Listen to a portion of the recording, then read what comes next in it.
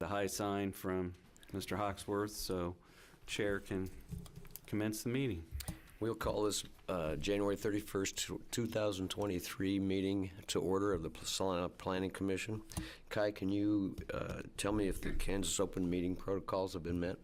I can confirm that the packet was posted and required notice was provided.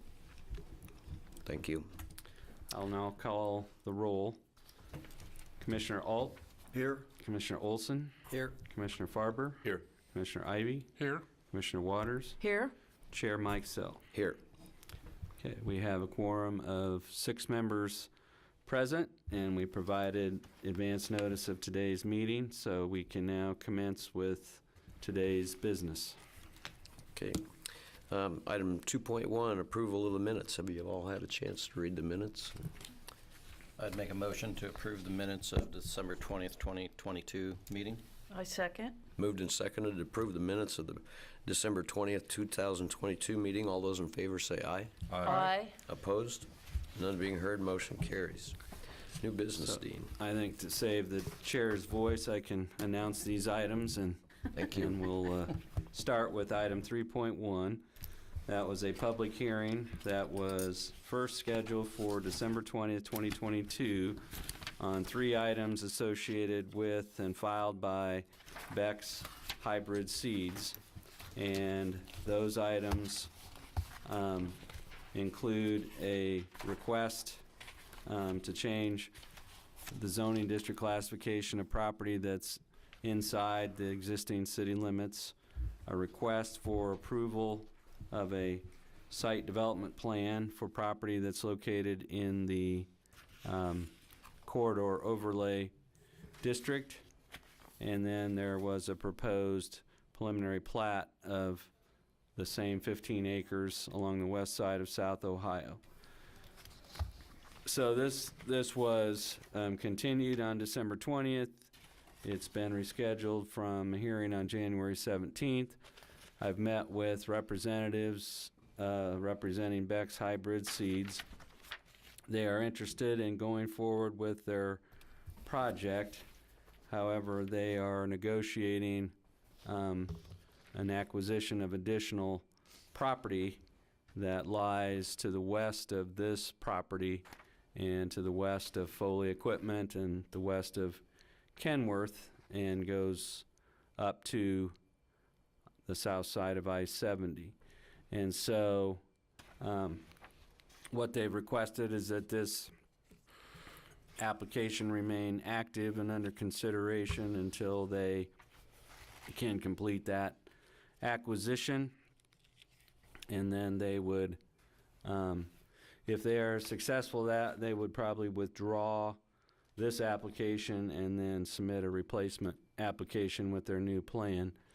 But for today's meeting purposes, I think the most appropriate thing to do would be to consider a motion to postpone consideration of these applications to your February 21st, 22 meeting.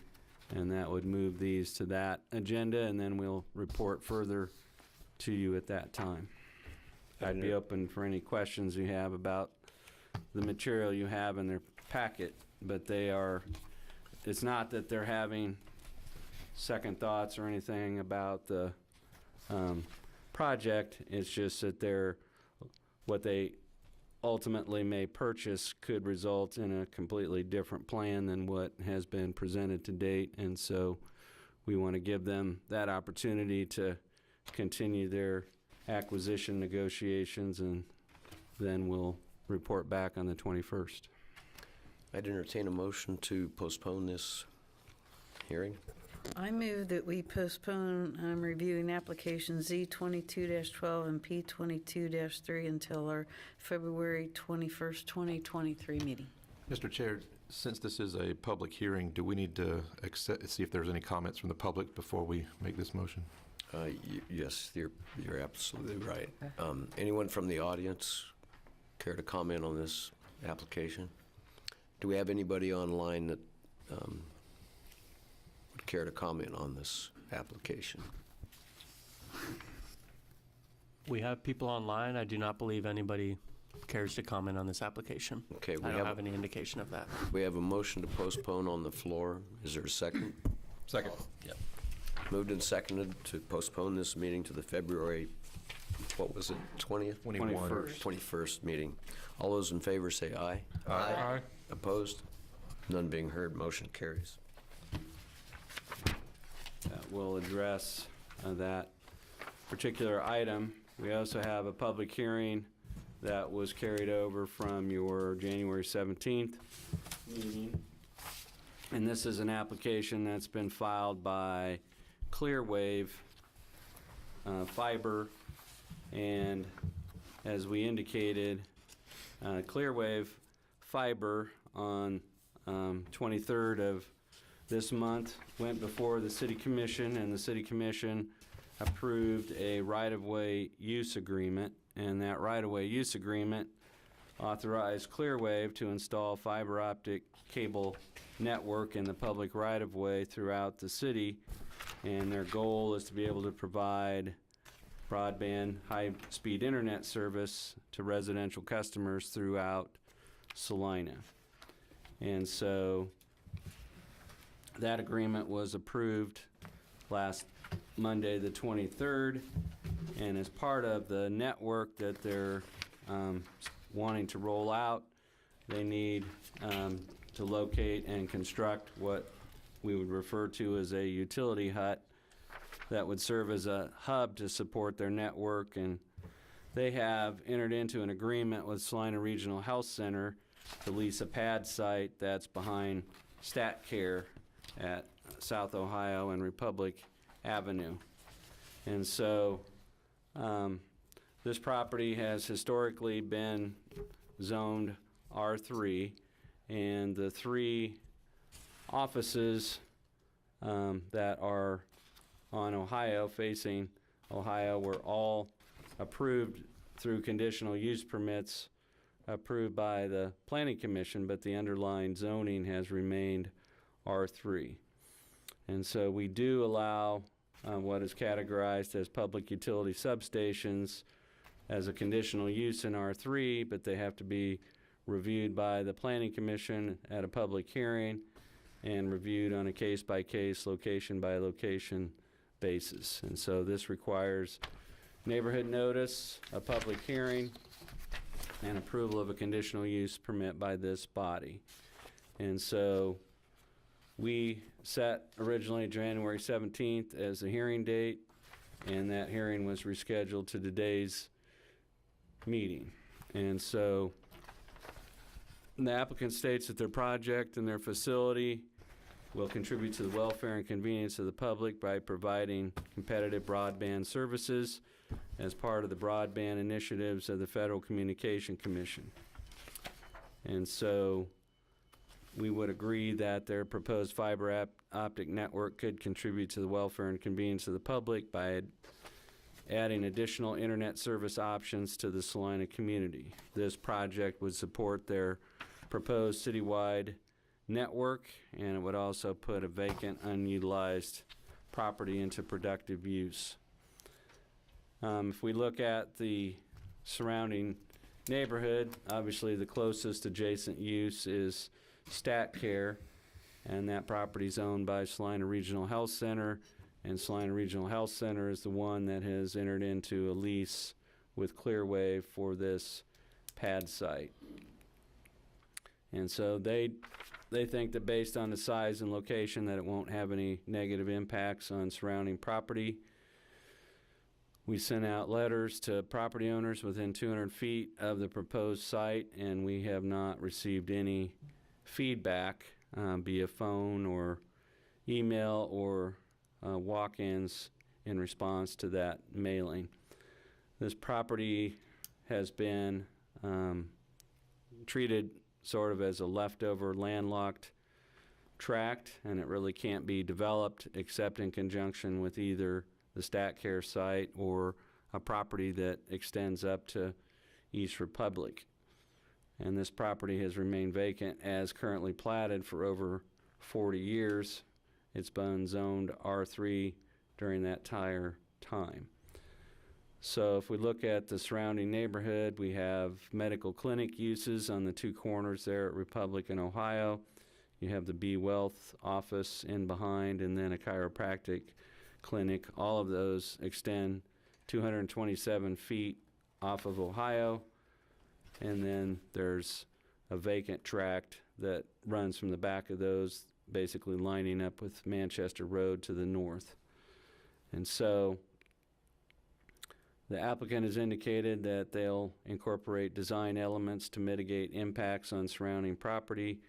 The building that we're talking about is 12 by 20 feet in size and 10 feet in height. It will be a concrete shelter type building with exposed aggregate finish. The building itself will be located 23 feet from the north property line, 26 feet from the east property line, and will be surrounded by an 8-foot tall chain link fence with black privacy slats.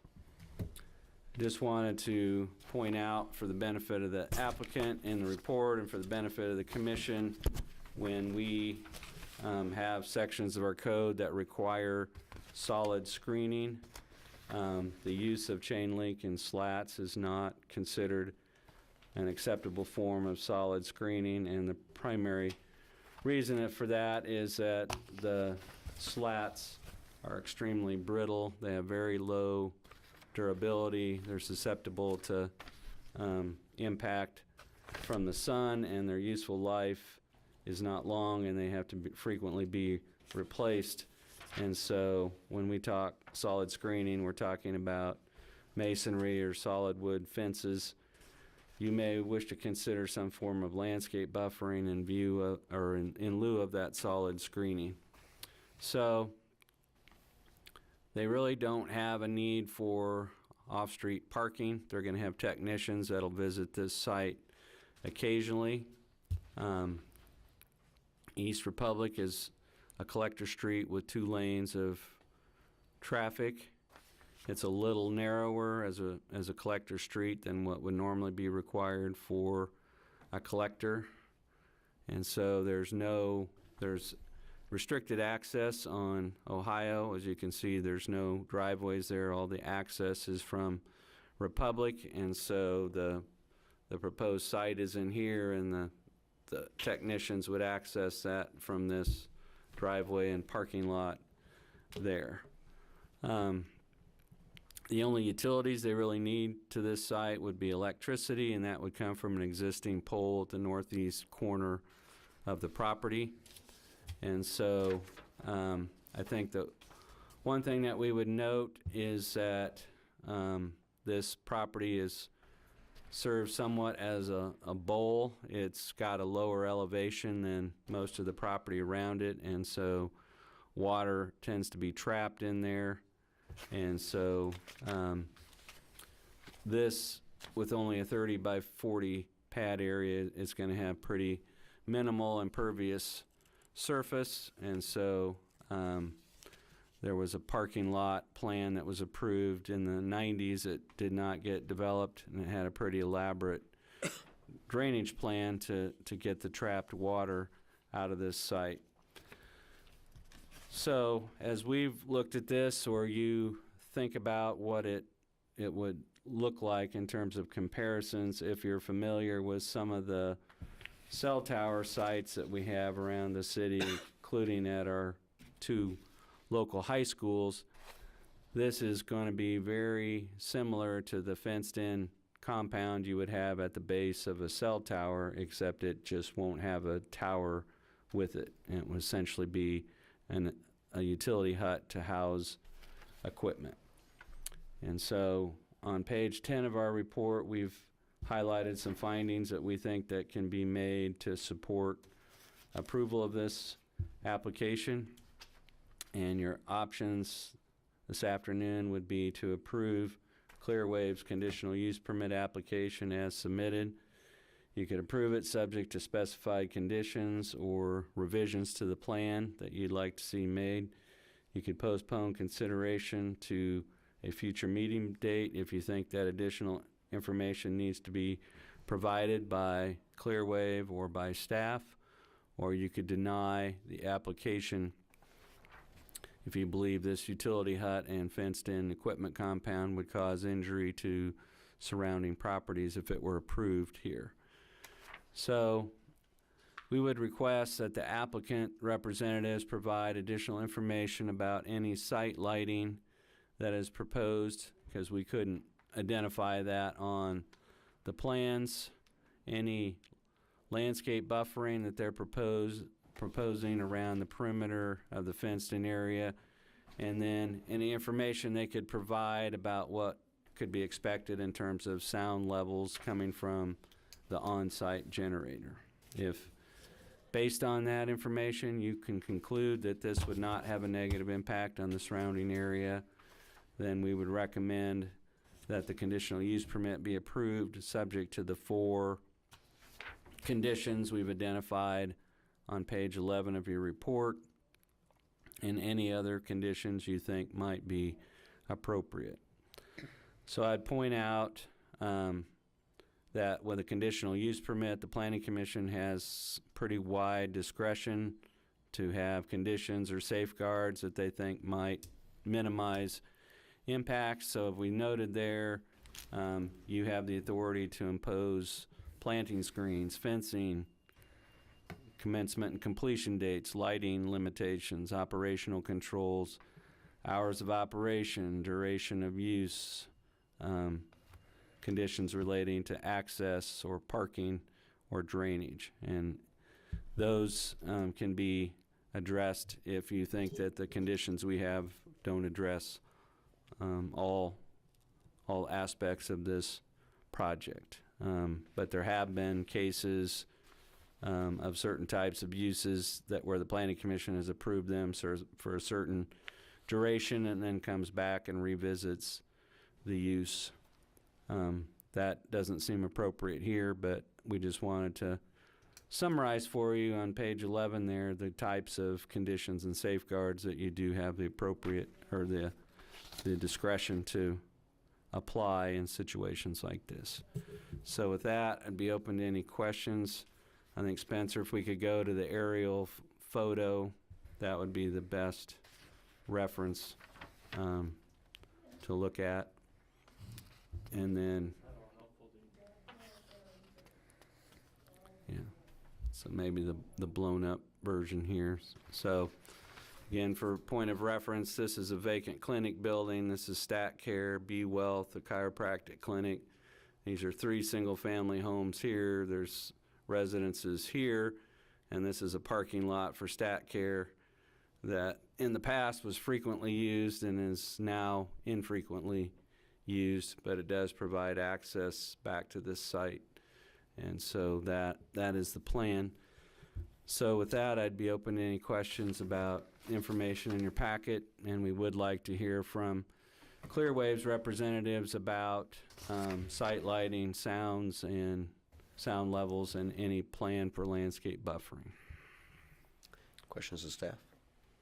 Yeah, I've got a couple of questions for you, Dean. So in the packet, we've got a kind of a blown-up picture that shows the parking lot area that was part of Stat Care's. Looks like there's like 9 parking spots in there, and then there's a trash container on there also. So is that parking delegated strictly for Stat Care, or is that to be used also for the service technicians for this hut? It's available for the service technicians here. They're, as part of the lease, they have an access agreement to access that. None of this here that's on this plan exists or is built. It's hard to even explain some of the ebbs and flows that have happened with Stat Care, and most of the paint is faded away, but there was a period of time when East Republic was filled with vehicles from employees at Stat Care, and we had to come in with yellow paint, and we just kept moving east and east and east and east and painting the curb to prohibit parking there. And then we started painting curbs on Manchester to prevent parking there. And then they built this lot, and then they had plans to build this lot to add even more parking. And then all the on-street parking disappeared, and this lot is seldom used, so the space is available there for the technicians. But that belongs to and is part of Salina Regional Health Center's property. And then I'm assuming then the trash dumpster is part of Stat Cares also? That is correct. Okay. Dean, you mentioned buffering on the north and the east sides. Is that right? Yes.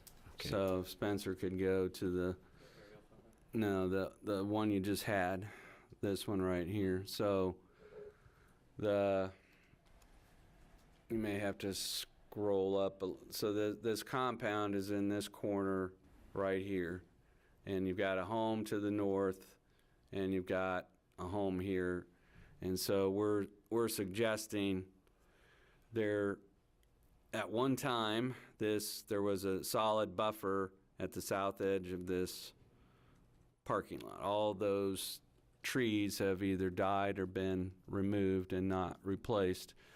And so having some sort of landscape buffer along the north here and then east here, in lieu of the other option would to be build a solid wood fence around the compound, and I don't think that's desirable or what Clearwave would want. They want to have an 8-foot chain link, and it's just that we can't accept slats as being effective screening, so we're suggesting that they consider planting some kind of buffer along those two sides, because those are the ones that are most directly abutting existing residences. Thank you. Is there a proposed walk or path from that parking area to where that hut is? I might either defer to representatives of Clearwave, or we have Mr. Nelson here from Salina Regional Health Center who'd be more familiar with the lease arrangement as to what kind of I imagine there would be some kind of road that would be built down there to allow the trucks to get there, but I think Mr. Nelson with Salina Regional Health Center would be in the best position to describe what their access arrangement is with Clearwave. Okay, could we hear from the applicant, please? So we've got two people there via Zoom, Spencer, that are associated with Clearwave, Justin Walker and Mr. Hosel. So we'd want to unmute them so they could speak. Yes, this is Justin Walker. So questions have been raised. We have on the screen now, I don't know if you can see it, but it's got the parking lot that exists on Republic on the east-hand side and or left-hand side, and there's a gap between that parking lot and the fenced-in equipment area, and the question is, how would vehicles or persons get from that parking lot to the fenced-in area? Is there going to be a road constructed, a sidewalk, a path? What would be the means of access from that parking lot to the fenced-in area? Right. I think after our construction phase, when we're just kind of in the operational state, it'll really just be walking from the parking area over to the compound. We wouldn't have a need unless there's some sort of maintenance with the equipment in the building to have any sort of vehicle to drive up to the compound. So our plan would be for our techs to walk maybe some sort of walk path from the parking lot area to the compound, but no need to drive up. So this is Dave Holzel with Olson. I would reiterate that the inside of this compound will be have a layer of gravel and weed protection.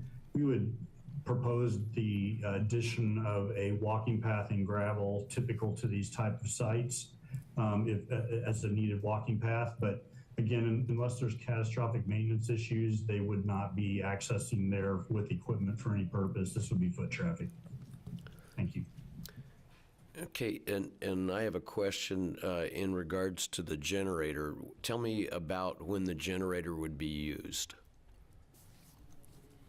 What we typically do is we have it cycle on once a week just for testing, typically Friday evenings. And the only other time that it runs is just when we experience some sort of drop or failure in power.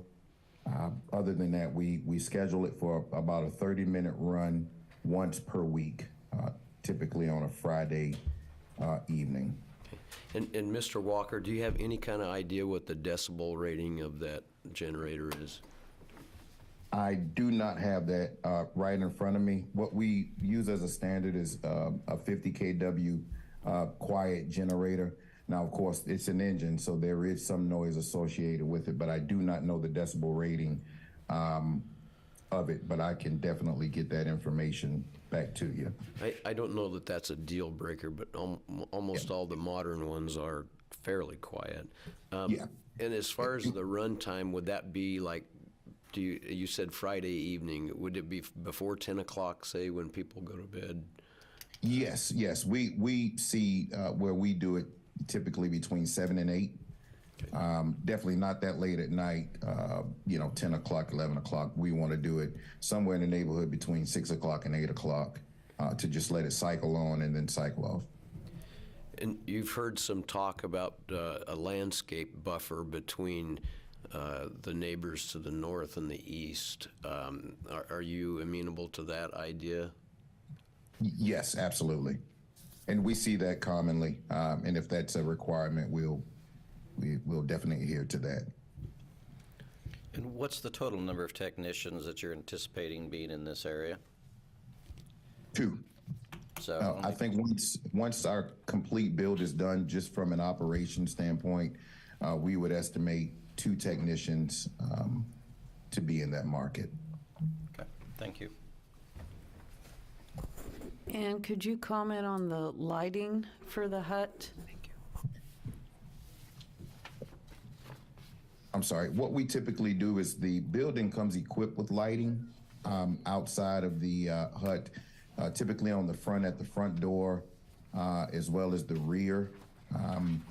If the ask would be that we added some other sort of lighting, I'm pretty sure we could also take that into consideration. We are working with, I believe it's Evergy in that area now, and if we needed to have some other sort of pole set or light set, we can definitely take that into consideration. I think what we would look at is if we're talking about wall pack type lighting, we would just want to make sure that it's shielded at the top, so it's directed down into the compound and not out towards the adjoining residence. So we would just work in our plan review to make sure that the fixtures that the wall pack lighting has would be shielded so that the light's directed down and not out. I don't know that, unless commissioners are interested, I don't know, staff's not interested in having more lighting. We're just trying to get an impact on, or a gauge on the amount of light spill that might be expected, so. Gotcha. And I think that's where these questions are going, Mr. Walker. We're trying to ensure that there's not a negative impact on this community with the landscape buffering, the lighting, and so forth. I understand security reasons for lighting and so forth, but just trying to make sure that this neighborhood is not impacted negatively. And I am a little concerned about the sound, the decibel level, but I believe we can not eliminate it, but we can soften that with that landscape buffering. So I would be very much interested in that landscape buffering being a part of some type of plan submitted. And I know that's in the 4 recommendations here. Have you had a chance to look over the 4 conditions that are listed here with staff, Mr. Walker? I have not. Dave, CJ, have we had the opportunity to review those? No, other than the verbalization of them today during the meeting, I didn't hear any of them that we wouldn't concur with and be able to meet the needs on those. We understand the site lighting conditions and wanted to mitigate that light spill. The sound and just the aesthetics look of the landscape screening don't seem to be a problem. I think there was a couple others but none of them seemed out of line. We certainly want to make sure we meet those obligations. And as far as the decibel level in a generator, if we have a decibel level we need to meet, we'll have to make sure we meet that. And given the distance and proximity to the other buildings around it, I don't think there's going to be a problem with that. These things are used pretty much everywhere with the same concerns as you guys are expressing today.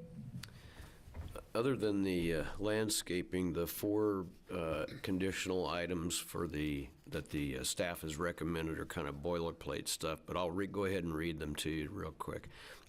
Number 1 is construction of the utility hut shall comply with applicable international building code and fire code requirements.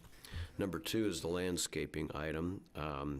Number 3 is development of the site shall be limited to 12 by 20 foot utility hut and a 30 foot by 40 foot equipment compound and shall substantially conform to the approved site development plan. The elevation drawings submitted by the applicant shall be incorporated as part of the approved site development plan. And number 4, a building permit shall be obtained within 6 months of this conditional use permit, or it shall expire. So from Olson's standpoint, we do not feel like any of those are not going to be able to be met. Thank you. Any other questions for the applicant? And, well, part of what was presented is that you have listed a chain link fence with slats in it, and per city code in Salina, that doesn't meet our minimum requirements. So if we were going to go with solid fencing in there to help reduce that noise exposure also from the generator, concerns with that? So our understanding is that a solid fence or a chain link fence with screening are the 2 options. Is that a correct assumption? No, Yeah. chain link can't be with the slats because that's not per city code. Sorry. Yes, agreed, understood. So chain link without slats and landscaping or a solid fence is the 2 options. I think from Olson's standpoint, we will make sure one of those 2 is the way we go. Okay. Yeah, we can't, just based on our experience with other attempts to use slats here in Salina, they just do not provide effective screening because they're frequently in need of replacement, or they have gaps in them that need to be replaced. And so the options would be to have the black chain link fence with landscape buffer, or to use a different material for fencing that would be deemed to be solid screening. So we will work with you on the building permit review if this is approved today. Thank you. Okay. Anyone from the audience care to comment on this application? Well, if you want to just address Salina Regional Health Center's role in this, that'd be fine. Hello, I'm John Nelson. I'm representative of Salina Regional Health Center. I don't have anything else to add other than that we don't have any problem with the location. We think it's a good use of that space that's not really usable for anything else. I will say there is a generator at StatCare right now that's on the south side of the building that exists today, and I think that one is rated at 68 dB. Oh, boy. So just for reference, Yeah. if that helps anyway. Other than that, I can answer any questions they have of. You guys would be okay with a walkway if it was gravel or something in that area? Yeah, I mean, I think the use of these typically, if it's kind of familiar with all the communication huts, is it's maybe once a month they go to, or once a quarter, unless there's a need to be there. And I'm okay with just a gravel walk path, or it doesn't have to be anything. I think it'd be fine. I think you're right on track with the landscaping and buffering, and if I lived next door, I'd want some of that. So Sure. I don't have anything else. Any other questions? And just to confirm, so with the Salina Regional, the lease for that property does include them to be able to use that parking area for the technicians? It does. Okay. Yep. They have access to that, where you saw the trash dumpster place, that parking area. Thank you. Okay, thank you. Okay. Any discussion? I had one more question. On the development of the site being limited to the 30 by 40 foot equipment compound, does that mean nothing else ever goes on there? It should be green Well, grass it forever? means of the site in terms of this application. If something else were to happen on the remainder of this property, that most likely it's going to come before this commission. What the reason for that condition is we don't want to present this to you and then we issue a permit for a 30 by 40 utility hut with an expanded fenced-in area. This is just to say, this is what is presented to the Planning Commission. Development is limited to what was presented to and acted on by the Planning Commission and needs to conform with that. If a second compound area or an enlarged compound area or a building 3 times the size, we would be bringing that back to you and informing the neighbors. So this is just to say, this is what you're limited to, it's what you presented, and that's what you see is what you get. Thank you. Any further questions? I'd entertain a motion if you're through with discussion. Mr. Chair, I'd like to make a motion. I'd also like to thank Salina Regional and Clearwave for working together, making this possible, using, I think this is good use of this space that is there. And with that in mind, I would like to make a motion that we approve this conditional use 22-11 so that we can move forward with this. And would that include I'm sorry, yes, and including the 4 conditions that we have already verbalized with the applicants. And that Dean will work with the applicant on what the... Yeah, we will work with what the final planting buffer consists of at the building permit review. Okay. And is there a second? I'll second. Moved and seconded to approve application CU 22-10. All those in favor say aye. Aye. Aye. Opposed? None being heard, motion carries. Okay, we have switching gears from a land use application to a zoning ordinance text amendment. And in this case, I think all of our participants are here in person, so I don't think we'll have to rely on Zoom. Dean, I'm sorry, Mr. Chair, before, when you repeated that motion, you said CU 22-10, and I believe this was CU 22-11, just to eliminate any confusion. Is that correct? It is CU 22-11. It's incorrect on the pages in the report, but it is CU 22-11 is the correct number. Thank you, Chairman. I'm going off of what it was on the top of the sheet. Yeah, the headers at the top of the report did not get changed, so that should be CU 22-11. Let the record note that is CU 22-11 that we voted on. Didn't want you to get in trouble later, you know. Appreciate that. Okay. So item 3.3 is next on your agenda, and that is a public hearing on a proposed text amendment that's been filed by Chris Helm, and he's requesting an amendment to the I-2 Light Industrial District and I-3 Heavy Industrial District regulations.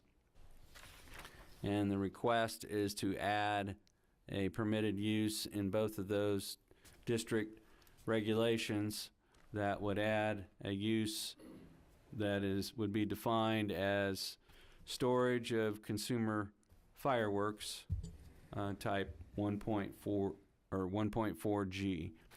And so the gist of this text amendment, which we'll get into a little more deeply, is that since 2011, the city has had a fireworks ordinance, and that fireworks ordinance allows both for the sale and use of what is referred to as consumer grade or 1.4G fireworks.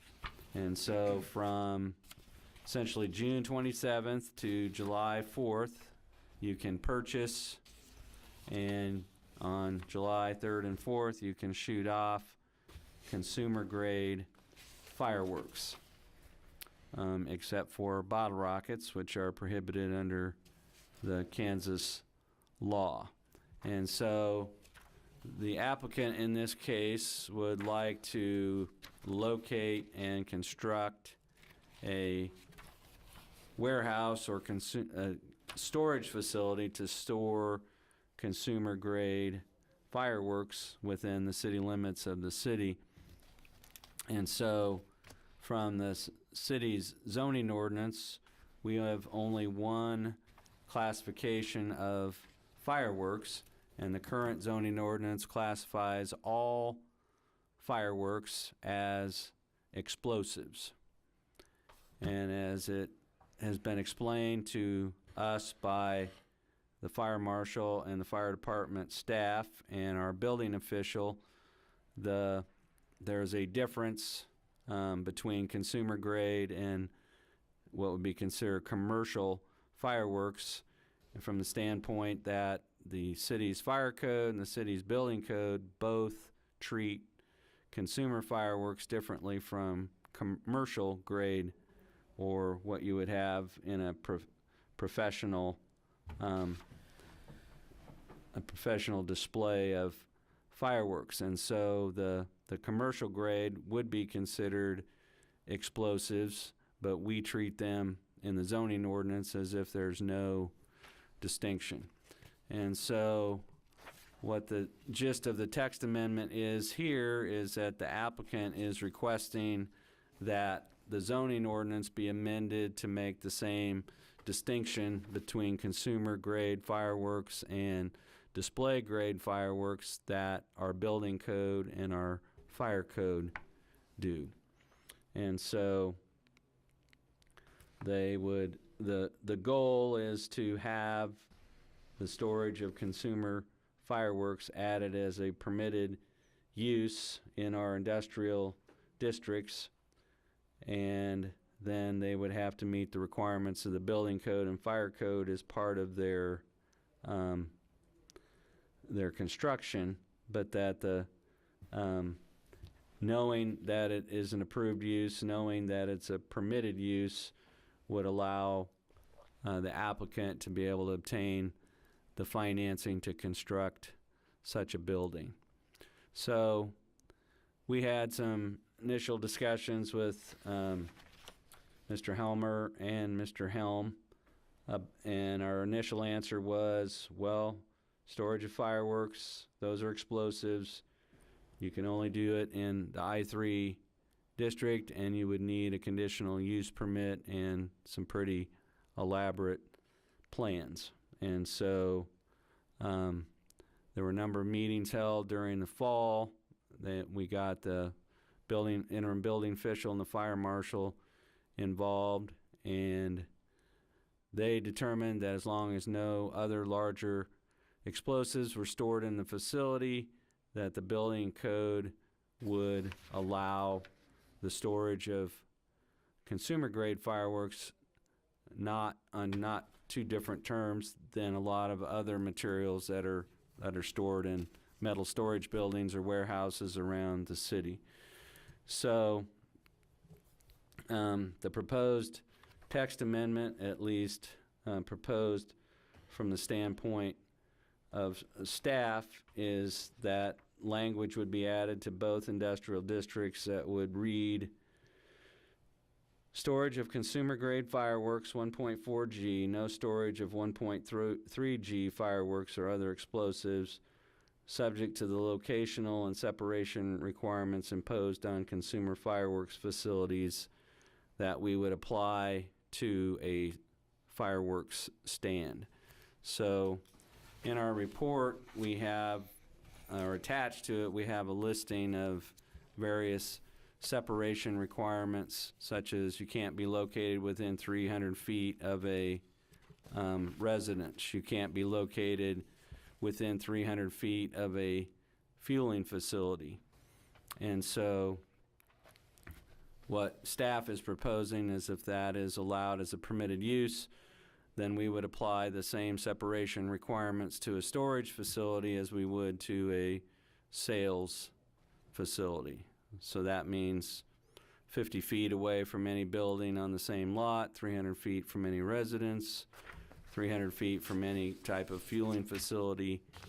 And so that is the text amendment that is before you for your consideration. It would maintain the distinction for what's referred to as 1.3G fireworks. Those would continue to be classified as explosives. Those would continue to be regulated through a conditional use permit. We have never had anybody propose that. If you're dealing with 1.3G fireworks, you need a special license. You're working with the ATF in addition to other federal agencies if you're dealing with that type of firework. And they would literally have to be stored in something that would approach a bunker or magazine. So what we're trying to present to you today is that there is a distinction between 1.3G display grade fireworks and 1.4G consumer fireworks. The interim building official and the fire marshal are not concerned about the storage of 1.4G consumer grade fireworks as they would be if we were talking about display grade fireworks. And so we have provided some alternatives for your consideration today. One would be to add the storage of consumer grade fireworks as a listed permitted use in the I-2 and I-3 district. This would leave the conditional use permit requirement in place for professional display fireworks. You could recommend approval of adding that use, but make the storage facility subject to the separation requirements that we have, that we apply to consumer fireworks stands each year. You could refer this item back to city staff for additional research, or you could decline to approve the requested text amendment. We would agree as zoning staff that because the building code and fire code treat consumer grade fireworks differently from a regulatory standpoint, that it would make sense for the zoning ordinance to line up with the building code and the fire code to distinguish between the two types of storage. This text amendment would do that. Our recommendation is to take whatever action you think is in the best interest of the public after you're able to hear from the building official and the fire department about any questions or concerns you might have. But we started out with the assumption or presumption on planning staff that all fireworks were explosives or classified as explosives, but from a building code and fire code standpoint, that's not the case. But from planner's standpoint, it makes sense to apply the same separation requirements for a storage facility as we would for a sales facility. So I guess we give you an example. We were approached by someone who wanted to see if they could set up a fireworks stand in the parking lot of Dillon's on East Cloud. We did all the measuring and mapping and everything else. We could not find a location there that was not within 300 feet of the Dillon's fueling facility. So therefore, that's an off-limit site. You might be able to meet every other requirement, plenty of parking, open space, access, all that, but our code does not allow you to set up a fireworks stand within 300 feet of a fueling facility. So we thought those same separations and safeguards made sense to apply in the case of a storage facility as would apply to a consumer fireworks stand. So with that, we would see if what we have presented makes sense to you from a zoning standpoint, and then we have the interim building official, Sean Homan, here, and we have a representative of the fire marshal's office here if you have questions about the building code and fire code and how they treat this. Thank you. Questions of staff? Could we hear from Mr. Hellman?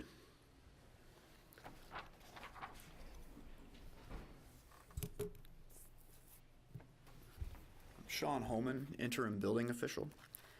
And in looking at the matter, taking kind of a bird's eye view, I think what you're considering today is really catching up the language of our local zoning code to what the building code and fire code have established and have had for some time.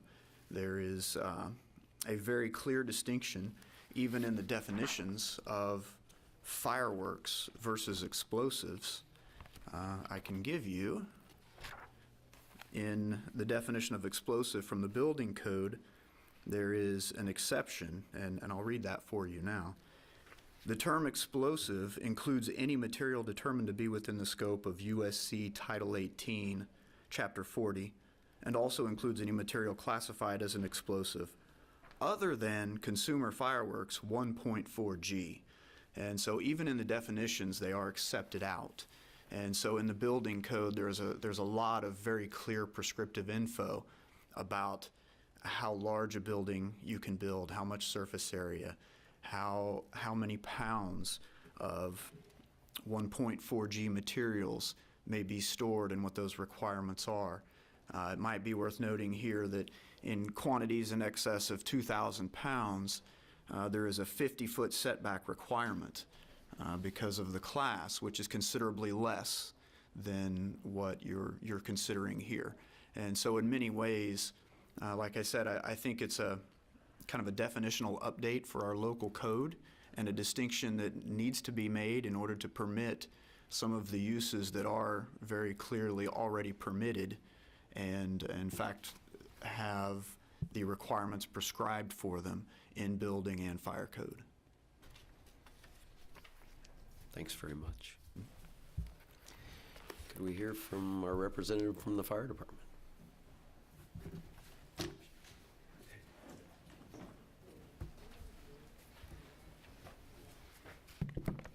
Joe Kovacic, Fire Prevention Officer. The fire marshal's on vacation, so this was kind of surprise to me last week. But as far as the fire department and 1.4G, we deal with it, every 4th of July. And we're right along with Sean. The definition's the same in the fire code as what it is in the building code. The building, if Mr. Helm's going to construct anything, would be required to have a sprinkler system, which our tents are not sprinkled, because they're temporary. So the facility itself would be safer than the tents that we have because it'd be secured because it's an enclosed building, sprinkled, alarmed, the whole 9 yards. So as far as we have plenty of water, that's kind of what's kept it from being in the county. That's why it makes sense to have it in the city. So as far as the fire department and code and fire marshal's office, we're right along with the building official on it. Joe, I'm wondering, are the fireworks themselves, are they marked or something so that they know which ones are professional and which ones are consumer grade? Right. When we go out and do our firework tent inspections, we pick up every box and look and make sure that it has 1.4G on it. A lot of times they'll have them already out of the boxes, so we're picking up each piece, making sure that they say 1.4G on them. The 1.3G, normally they're a lot bigger. We don't hardly ever find anything 1.3G in the fireworks stands because they know that they can't have it. But the bigger, Skyfire, that's 1.3G. And you can obviously tell the difference if you watch Skyfire between that and what you may set off at home.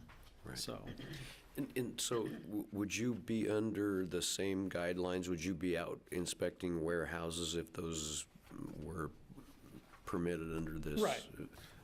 So it'd fall under our, at a minimum, annual inspection. And then the state fire marshal's office may pop in and do their own inspections of it also, because I believe that they're also going to be licensed under the state fire marshal's office too, because your fireworks stands and things like that, they have the certificate from the fire marshal's office. And to be able to be a warehouse, you have to have that also. Thanks very much. Any questions? Thank you very much. Could we hear from the applicant? Good afternoon, thank you. I'm Jerry Helmer. I'm representing Chris Helm in this application, and I first want to thank Dean and the staff. As we began this discussion, we really weren't as clear about the definitional exceptions between 4G and 3G, and also the obvious issues of one code not really being compatible with the other code. And so I want to thank Dean for guiding us through that, because our initial request, quite frankly, wouldn't have done what we need to have accomplished for the benefit of the city and the code and for the purpose of Mr. Helm. I know that Joe wasn't here on part of the discussions with Troy, but Troy explained to us that we look at fireworks as explosives, and the first thing I think most of us would really say, they're supposed to go boom, and they're supposed to make a loud noise, and they're supposed to create fire. My understanding of this from Troy Long on this matter is that through his training and knowledge and experiences, that the type of consumer fireworks we're talking about, if they're in the proper storage facility and stored as they are designed to be stored, they're not going to create that explosion. They're going to create smoldering, and they're going to create at some point a destruction of the product itself, but it's not the explosion that we would all envision, like this is a Holocaust we don't want in our neighborhood. Mr. Helm has clearly indicated to me on many occasions that he has no desire to go into the explosive side. Number one, it's not cost effective, and there's not the type of market for it. You're not going to run your business by selling only to Skyfire. Consumer fireworks is where we are in the business of buying and selling to the various vendors and the tents. We are asking that the commission favorably consider this request because it does bring about a compliance of the code and a matter for the codes to be compatible when we're looking at them. It also provides the safety issue for the public of the city and anyone else who happens to be within the city driving by the facility, that these particular items are stored appropriately. They're not a danger to the average citizen. They're going to be in a facility that meets the same setbacks we're talking about. We would hope in some cases, a common sense would tell you, you don't put any kind of a firework type entity near a fuel storage. If you can't figure that one out, maybe we shouldn't be before you anyway. But the reality is, these are going to be appropriately stored. They are appropriately marked, as Joe indicates, packaging as well as the cartons themselves, so it's going to be easily identifiable. The state marshal is also in jurisdiction of this, so not only will it be regulated by the local city and officials here, the state also has a right to come into it. So we believe it is a compatible use and it's an appropriate business opportunity for our community. We now have better controls, regulations, and safety issues in place, and everyone knows what the expectations are and where they're going to be. Fire, safety equipment, personnel responding know what they're coming to. The building's going to be marked, placard. It's not going to be any surprises of what we're dealing with. So we would ask the commission to favorably respond to the recommendations of the city in this matter, and we do appreciate the time and effort they put into it and your time and efforts this evening. And if you have further questions, I may not be able to answer them, but Mr. Helm is here and he can. Thank you. And I appreciate both of your diligence in being here at the second meeting, since we didn't have a quorum at the last one. I want to note for the record that it was very appropriate that we had a continuous last meeting. Okay. No offense to anyone. I know that Mr. Alt and I might disagree on the outcome of the game, but I think it's a relative opportunity for Kansas. Thank you. Okay, thank you. Any questions for Mr. Helmer or Mr. Helm? I think we're okay. Thank you. Thank you very much. Any further discussion? So on I this think item? one thing, and Mr. Helmer spoke to that, but we did as a staff put forward our thought or recommendation that applying the same separation standards that we would for a consumer fireworks stand to a storage facility seemed to make sense, and so they indicated they were receptive to that, having that, which would be alternative two, as we presented it in the staff report, which would add consumer fireworks storage as a permitted use, but make those facilities subject to the same separation requirements as consumer fireworks stands. Thank you. Do we have anyone online that would care to comment on this action? We do not have anybody online wishing to speak. It doesn't appear that we have anyone in the audience. Any further thoughts? The temporary storage, what's the purpose of this? That was just that is just an indication that one of the things we did in our report in the background section was fairly lengthy, was just try to show the commission what has occurred over time in the consumer fireworks sale, and that's just to give you an idea of we originally limited on-site storage for a consumer fireworks stand to 120 square feet, which is essentially the size of a small U-Haul trailer. We've now increased the on-site storage to 424 square feet, and that is essentially the size of a semi-trailer. So what that is intended to, is just to give a visual reference to before storage was limited to a small trailer, and now if you have a consumer fireworks stand, you can have a storage container on the site of the consumer fireworks stand that's up to 424 square feet, which just happens to correspond to an 8 by 53 foot semi-trailer. So that was there just to give you an idea of the kind of storage that's allowed already on a consumer fireworks stand site, just so you had that for perspective. Any other questions? Would someone care to make Chair, a motion? I believe this this amendment is going to provide clarity and consistency across the board for us. And with that in mind, I move we recommend to the City Commission that this zoning text amendment be approved. Second? Second. Moved and seconded to approve application Z22-13. All those in favor say aye. Aye. Aye. Opposed? None being heard, motion carries. Thank you. For your benefit, with the President's Day holiday on the 20th, this will be taken up by the City Commission on the 27th of February, and we'll let you know. Okay, administrative items. We have Scheduled from January 17th. We have two administrative items. One is there is a requirement in state law or written into state statute that tries to maintain a connection or correlation between the capital improvements that a city makes and the comprehensive plan that it has adopted. So if the comprehensive plan had an area that was targeted as a growth or expansion area for the community, it would make sense for major utility projects or public improvements to be proposed in that area. If we had an area that was floodway or a non-growth area, or we couldn't serve with utilities, it wouldn't make a lot of sense to have major investment projects there.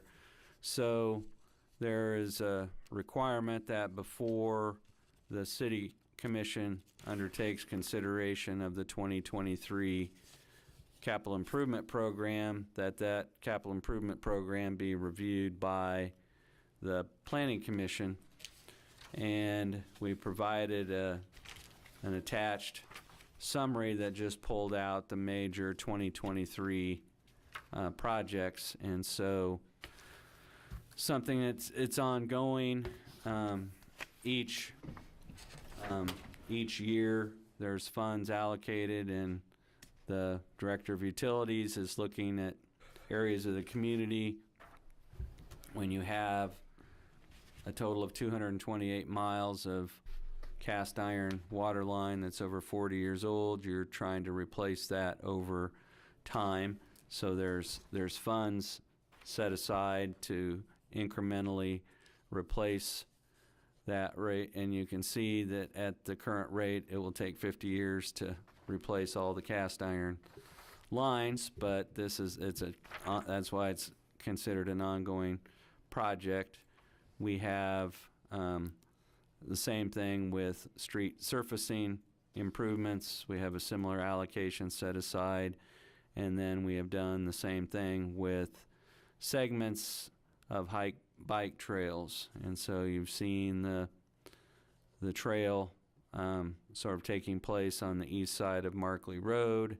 It's getting built in increments, and then there is a bike trail that's where easements and design is underway, and it is on the south side of Magnolia Road, running from 9th Street to South Ohio in front of South High School and Jerry Ivy Park. And so there's $50,000 set aside to work on those segments. The Parks Department also has a set of improvements that have been identified for existing neighborhood parks.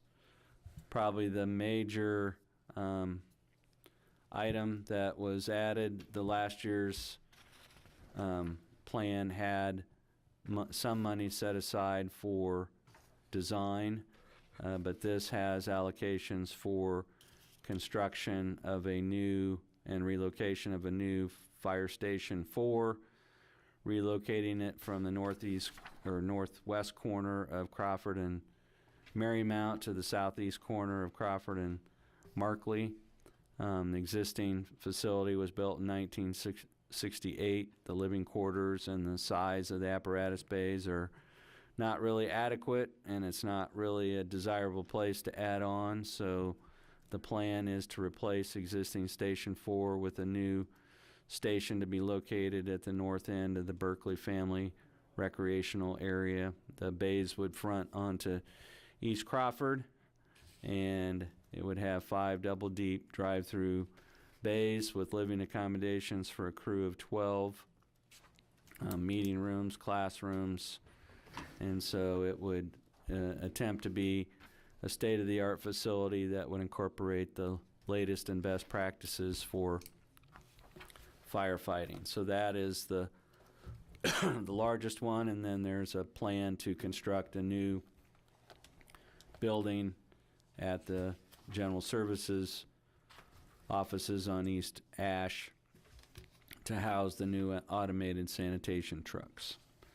So that's kind of a summary of what's proposed in 2023, and so that's been provided for your review. If you concur that those major projects are located in the existing service area and the primary growth area of the city, then a motion should be made to approve the attached resolution and endorse the proposed capital improvement project list. If, after reviewing that list, if planning commissioners want to provide comments to the city commission about any particular projects it believes are especially important to the growth of the city, then this is an opportunity to do that as well. And those comments or suggestions would be incorporated into our minutes. Any discussion on this item? Anyone care to make a motion to approve the list as presented? I had a comment real quick. You said this is where we can mention anything. Well, if you think there's one of the things, and it's a pretty healthy list, and sometimes it's not, it can be a discouraging one, but there's a number of projects that are for further review or for identified but unfunded. And so if you think there's a road improvement or a utility improvement project or something that you think it's important that the city commission know that there are those in the community who think it's an important project, then this would just be a chance to communicate that. I just, over at Jerry Ivy Park, the pond, I'd like to see that become a project, replacing the pond as is. I've emailed the commission and made it known there, but publicly I'd like to see, that would be my opinion. Okay. So that it be replaced and not removed. Correct. Okay.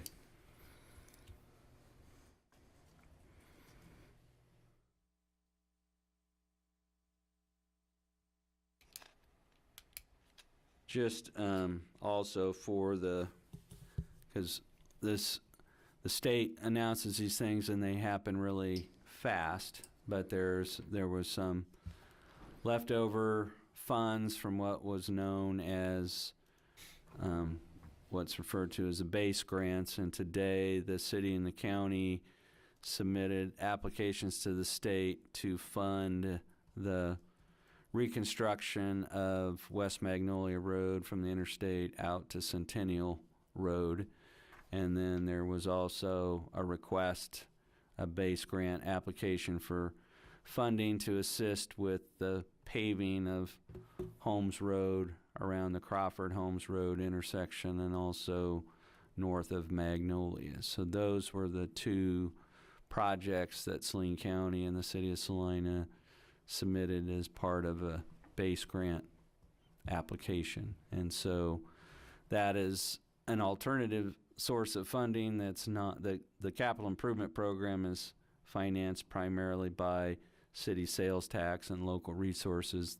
This was an opportunity to seek base grant funds for those two projects. So I just wanted to let you know that those are been identified as important road improvement projects, and an attempt is being made to secure some grant funds to assist with that. I'd entertain a motion to approve the list. I'd move that we approve the list as presented. Second? Second. Moved and seconded to approve the list of proposed 2023 capital improvement projects. All those in favor say aye. Aye. Opposed? None being heard, motion carries. Annual report. We have one final item, and the City Commission has created a number of advisory bodies and commissions, and they have established a process by which they like to have their boards and commissions provide them a report of how busy they've been, how frequently they meet, whether the members they appoint are attending and participating in the meetings. So we've kind of put together a memo for you that summarized your 2022. And so one of the ways you can gauge activity is that the Planning Commission is scheduled to meet twice a month. That's a total of 24 meetings a year. Last year, the Planning Commission held 20 meetings. Only 4 were not held due to lack of agenda items. And so the number of total cases heard was 41 individual reviews that this commission did. That compares with 44 in 2021. And what was really notable was 2020, where there were only 10 individual cases heard. So we've kind of come out of that into a higher level of activity. But we've summarized some of the major projects that have been approved. Some of them are underway. Some of them are not underway. So I drove by the other day and found that the Kansas Buffet Coyote Canyon building is still standing, and that was supposed to be replaced by a tidal wave auto spa. We've had some contact with those people with some questions, but nothing has occurred there. There was a plan for construction of a quick lane auto service center north of Long MacArthur Ford. They didn't like some of the material and other construction-related bid costs that they were seeing, and so they've not shelved that project, but they're not moving forward with it quickly, so nothing has happened out there. We have issued the first building permits for the cottage-style villas at Presbyterian Manor. We have building permit plans for the first 7 buildings of the Kansas Wesleyan Student Housing Project. We're having some internal and external meetings, but we have not yet received a final plat for Phase 2 of the River Run Edition, but you did approve subdivision plats in 2022 that had 170, 48, and 112 lots, respectively. If you've been out to the Waterwell I-135 interchange and you see the large building under construction, that's the Ashley Furniture Warehouse that's currently being built there. And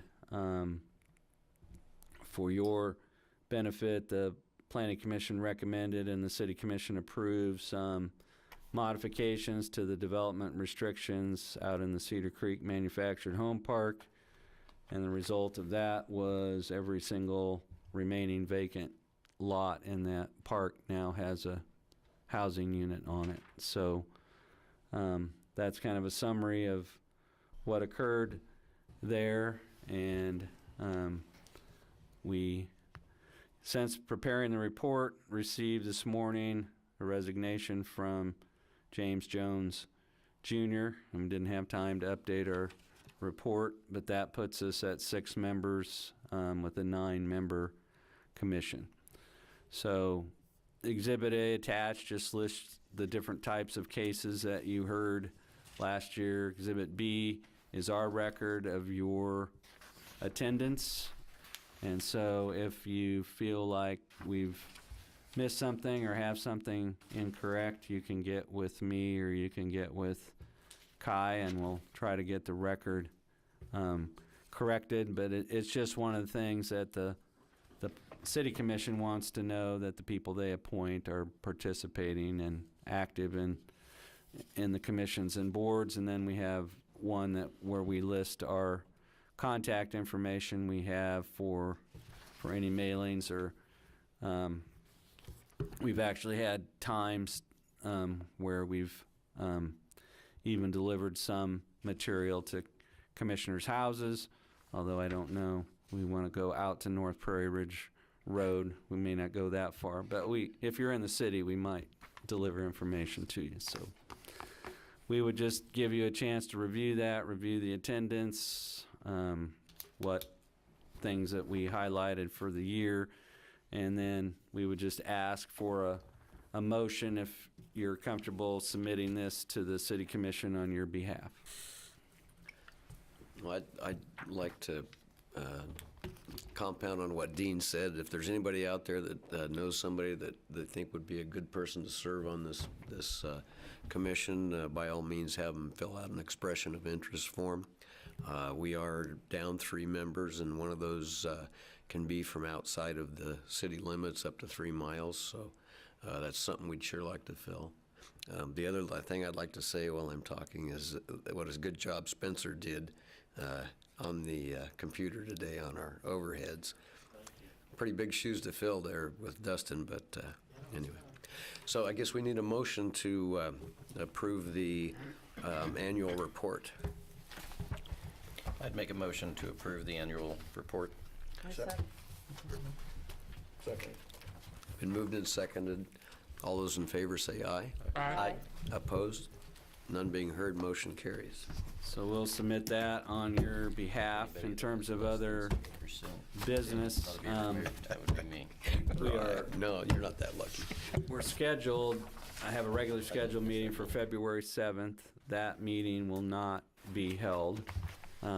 We have items that are scheduled for February 21st, and we hope to have an update on Beck's hybrid seeds for you at that meeting as well. So you'll be getting a notice canceling the February 7th meeting. I'm 100% positive we've already advertised the items for February 21st. We'll see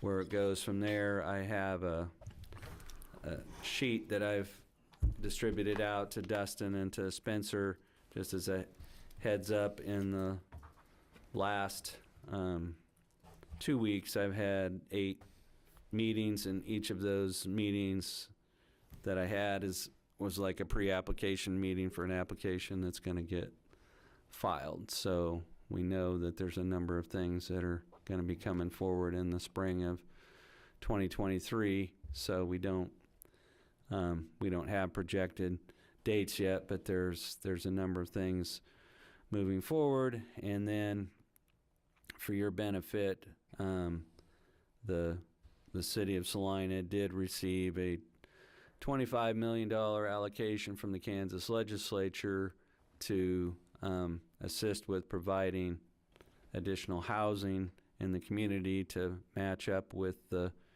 growing industries and their employment needs. And the city commission decided to do a request for proposal process where developers with proposals would submit those with a deadline of this Friday, and then those proposals will be reviewed. But it's entirely, and some of that's going to be apartments and rental housing, some of it other forms of housing, but it's entirely possible that once those funds start to be made available, that's going to result in more projects that may come before the Planning Commission for your review. So we're anticipating a fairly active 2023 for you, and that's all the more reason to get some more members. Yes, agreed. So Okay. in terms of housekeeping, I have minutes, and I have a CIP resolution for Chair Mike Sell to sign before he leaves. But we will not see you on the 7th, but we'll look forward to seeing you on the 21st. Very good. Entertain a motion to adjourn. So moved. In a second. Second. All those in favor say aye. Aye. Opposed? Does anybody have Thank you. closing